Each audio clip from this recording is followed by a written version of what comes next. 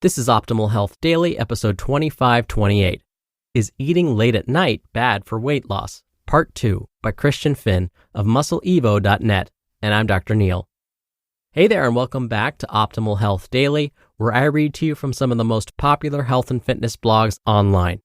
Now, for a lot more blogs being narrated for you, check out Optimal Living Daily. You can search and find that podcast wherever you're listening to this.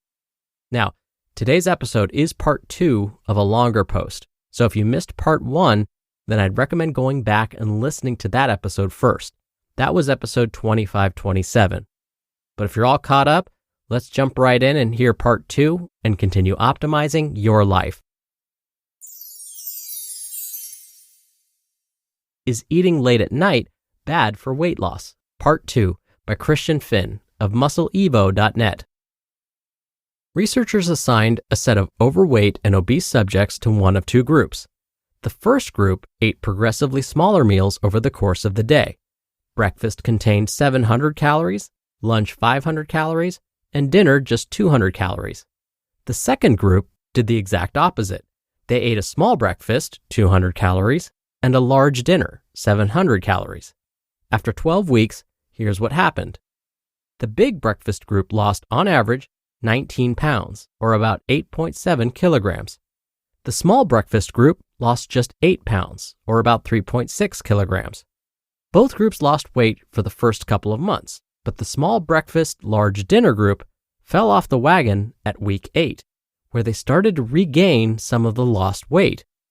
This isn't surprising given the large difference between the two groups in terms of hunger, the physical need for food, and satiety, the sensation of feeling full after eating.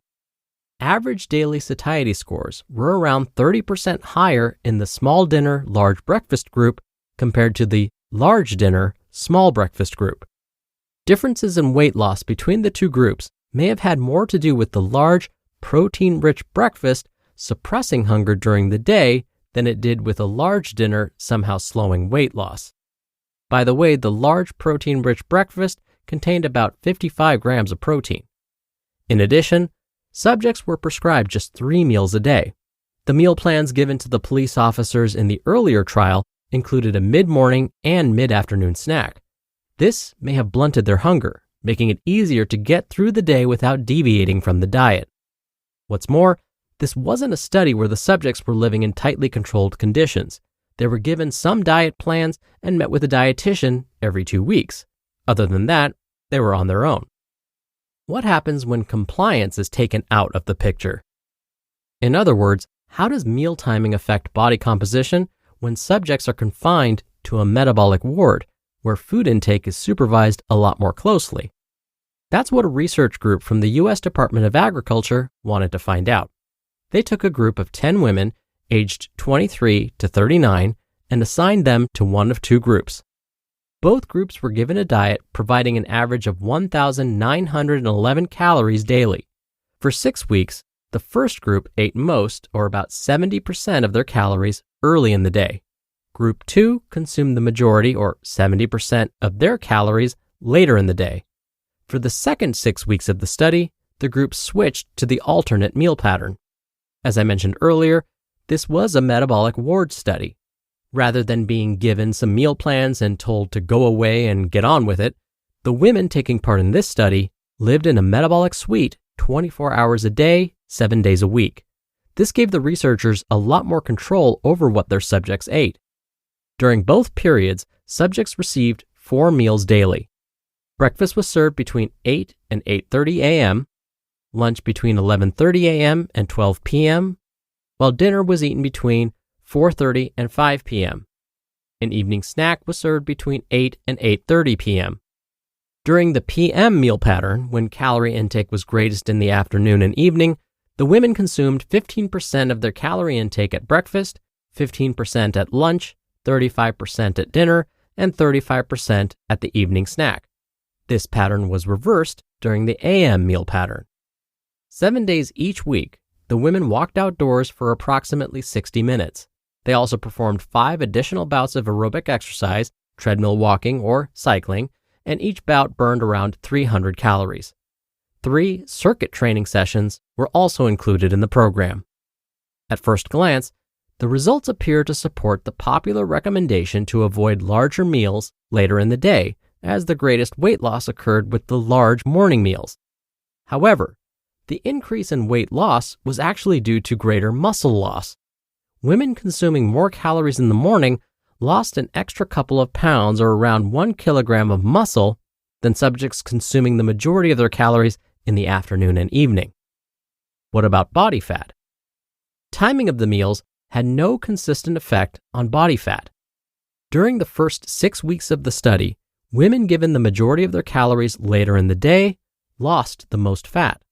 During the second 6 weeks of the study, there was no statistically significant difference in fat loss between the two groups, although there was a trend towards greater fat loss in women following the AM meal pattern. When the results from both periods were combined, there was almost no difference in fat loss between the AM and PM meal patterns. One of the main limitations with the study is that bioelectrical impedance analysis, or BIA, was used to track fat loss and muscle growth. BIA is not a very reliable way to estimate changes in body composition, with some studies showing that it's less accurate than BMI. The small amount of muscle loss seen in the AM group could simply be because of measurement error. That limitation aside, this was a very tightly controlled study. It's the only meal timing trial to include a structured training program and does hint at a small advantage to increasing calorie intake towards the end of the day. Final thoughts. You can drop fat with a wide variety of diets and meal timing patterns, with your ability to stick to the diet being more important than anything else. If you find that the conventional large breakfast and small dinner advice leaves you hungry, try doing it the other way around. It's up to you to choose the one that fits your lifestyle. There's no strong evidence to suggest that either dietary strategy delivers vastly superior results. As long as you adhere to a few basic dietary guidelines, the way you distribute your calories over the course of the day can be left to personal preference and won't have a great deal of impact on your progress one way or the other. You just listened to part 2 of the post titled, "Is Eating Late at Night Bad for Weight Loss?" by Christian Finn of muscleevo.net, and I'll be right back with my commentary. We're driven by the search for better, but when it comes to hiring, the best way to search for a candidate isn't to search at all. Don't search, match with Indeed. Indeed is your matching and hiring platform with over 350 million global monthly visitors and a matching engine that helps you find quality candidates fast. Ditch the busy work. Use Indeed for scheduling, screening, and messaging. 93% of employers agree Indeed delivers the highest quality matches compared to other job sites. One of the things I love about Indeed is that it filters out incompatible applicants. So when you're hiring, the process is much faster, and you only have to consider applicants that are already likely to be a great fit. And listeners of this show will get a $75 sponsored job credit to get your jobs more visibility at Indeed.com/health. Just go to Indeed.com/health right now and support our show by saying you heard about Indeed on this podcast. Indeed.com/health. Terms and conditions apply. Need to hire? You need Indeed. Dr. Neal here for my commentary. So, to answer Christian's question, is eating late at night bad for weight loss? It seems like the answer is no, it's not bad for weight loss. To quote Christian, it's up to you to choose the one that fits your lifestyle. You can drop fat with a wide variety of diets and meal timing patterns. Your ability to stick to the diet is more important than anything else. And in fact, this was a relief for me. I am not a big breakfast eater. I never really have been. Anytime I eat a large breakfast, it makes me feel sick and it actually ruins my workout. Luckily, Christian's conclusion is also similar to what multiple meta-analyses have found. I like looking at results from meta-analyses because of the way those studies are conducted. Meta-analyses are giant research studies, hence the term meta. They look at findings from studies that were already published, studies that were conducted on a similar topic.